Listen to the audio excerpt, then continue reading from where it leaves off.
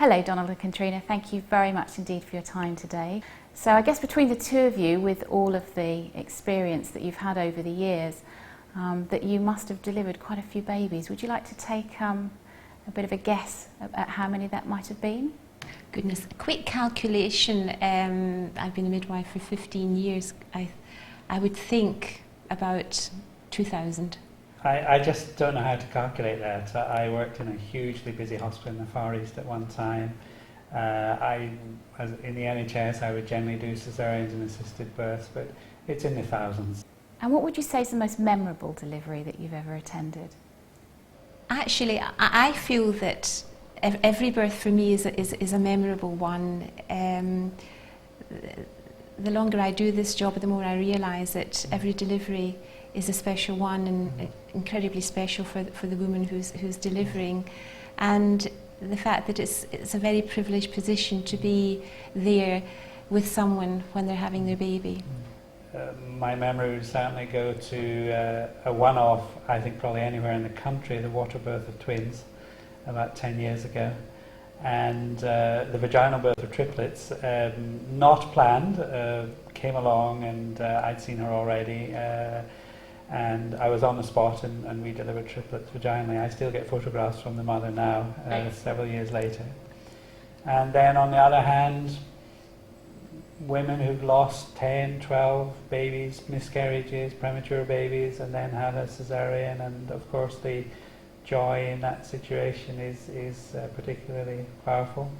But no, it's I was only saying this morning, it's when I meet the women I look after and when I deliver the babies, retirement just is not on my agenda. I love what I do, and that's the way it is.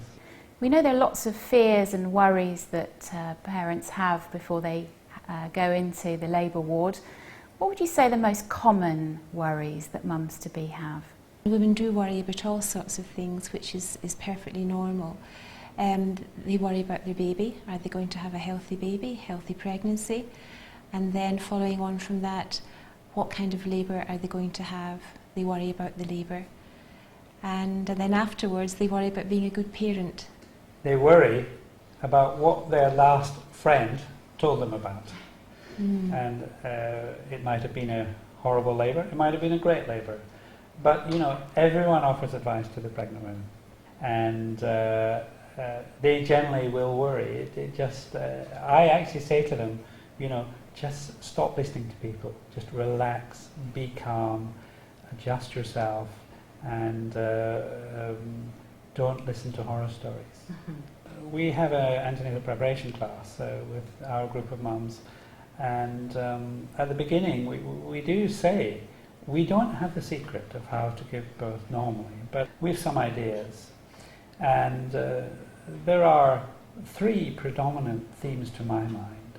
One is the mum having a particularly big baby is likely to have a more difficult labour. So pay attention to your diet, keep your baby a little bit smaller if you can, and indeed don't worry if it's a little bit smaller than average. That's a great baby to have. It will come out more easily. The second thing is the size of the mother, and a good, well-built, healthy mother is well able to give birth normally. But the third factor modulating everything really is up here in the head. The only thing shown to improve the outcome of labour is good, strong emotional support. Wherever that comes from, a midwife, a doula, a doctor, a husband, that support in labour to me is critical.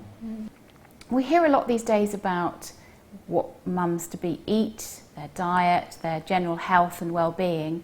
What kind of diet tips would you have for mums-to-be? I will generally say, you know, watch the carbohydrates, be sensible about your diet. I think you could go and see a nutritionist if you like.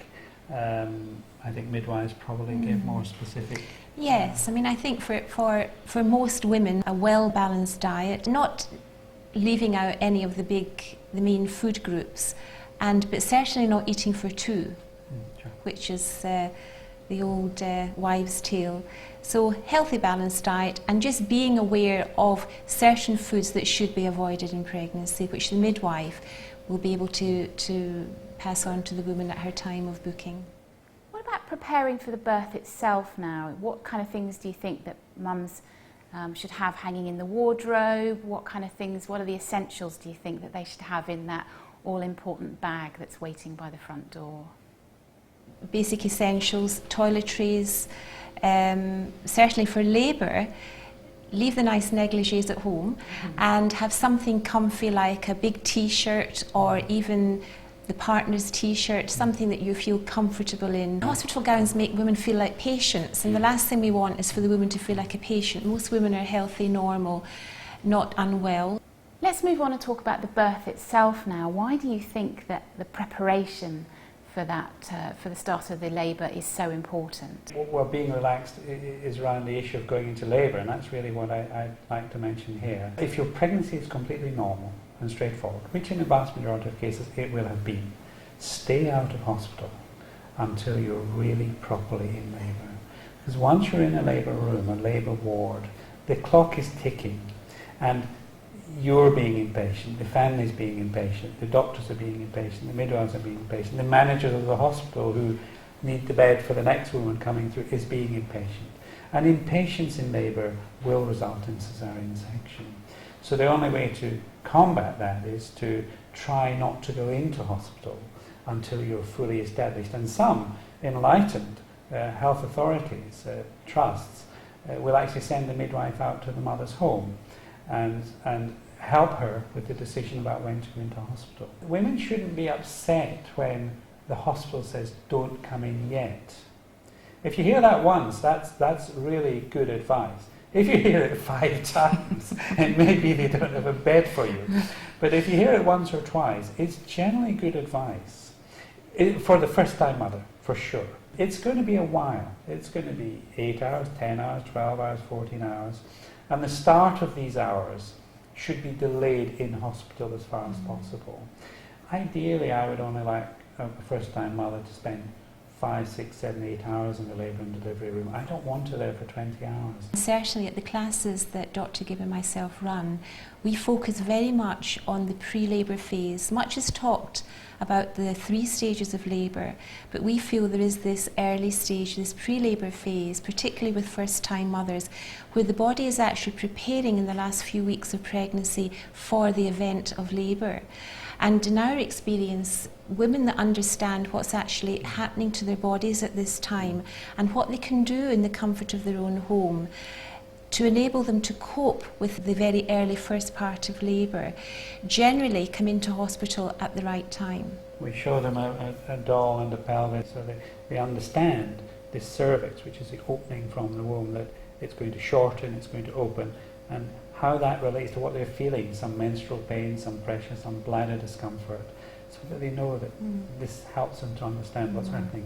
I mean, certainly the last weeks of pregnancy, women can be feeling uncomfortable up to the toilet regularly in the night, having some quite uncomfortable aches and pains, and some irregular contractions, not sure whether they're actually in labour or not. So again, good communication, good preparation for labour, so they have an understanding of what's actually happening, we find, is as Dr Gibb mentions at our classes about the aircraft taking off at the airport, labour just doesn't start at 5 minutes past 1 in the afternoon. It is a process which probably starts several weeks prior to the birth of the baby.